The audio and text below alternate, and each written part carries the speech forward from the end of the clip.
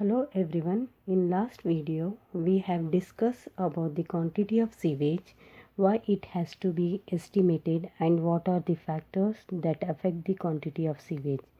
The next important aspect is the design of a sewer based on the quantity of sewage and the variation in the sewage. We are going to design the sewer sections.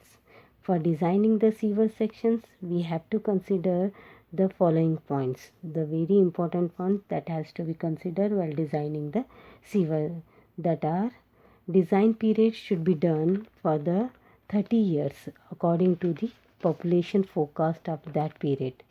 Next important point is that sewer should be laid in a suitable gradient so that non-silting and non-scoring velocities of a flow can be maintained. The next one is gradient provided should be such that the self-cleaning velocity can be achieved. The sewer should be designed in such a way that the maximum expected discharge can be maintained. In case of a combined system of a sewerage, the section of the sewer to be designed in such a way that the self-cleaning velocity can be achieved, and the minimum size of the public sewer should not be less than 150 mm, and in practice we are going to adopt the 200 mm size sewer in a plain area and 100 mm sewer size in a hilly regions.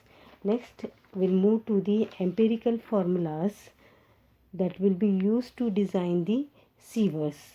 So there are so many empirical formulas will be used. First one will be the Chegis formula.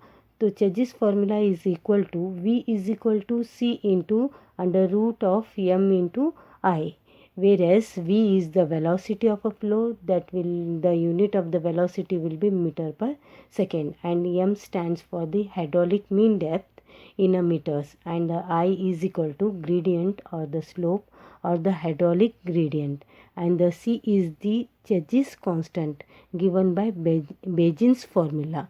If the constant value of the C will be given in the problem, that value will be put into this formulas and the velocity will be calculated.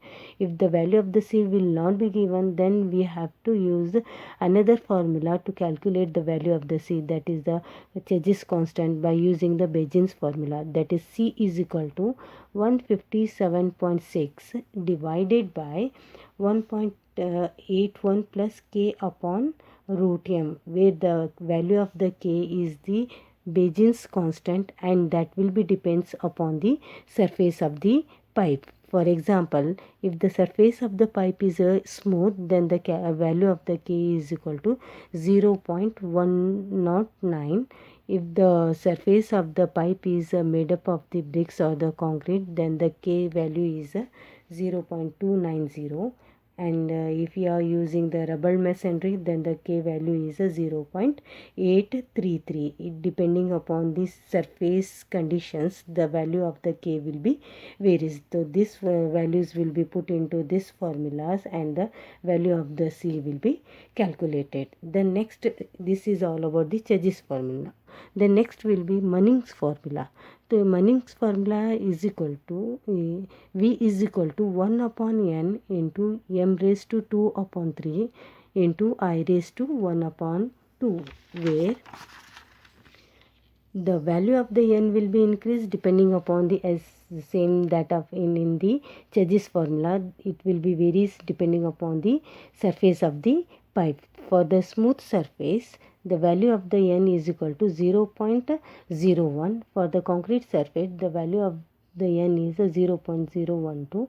For the brick or the stone masonry, the value of N is equal to 0.017. So by using these values depending upon the various types of the surface, that will be put into the formula, and the velocity of the discharge or the sewerage will be calculated. Next formula is a Cripps or a Burgess formula.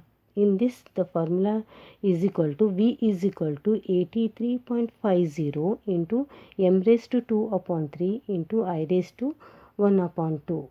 where the m stand for the hydraulic mean depth and the I is the gradient which is provided for the sievers, and the 83.50 is the constant value. By putting all this together, or the product of all together will give you the velocity by using the Burgess formula. Next formula which will be used for finding out the velocity is Huygens or the Williams formula.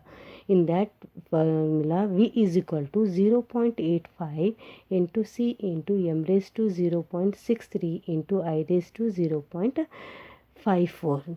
Here the 0.85 will be the constant and the value of a C will be varies between 100 to 140. If it is not given, then we have to assume the value of a C in between the 100 to 140. So these are all are the empirical formula in that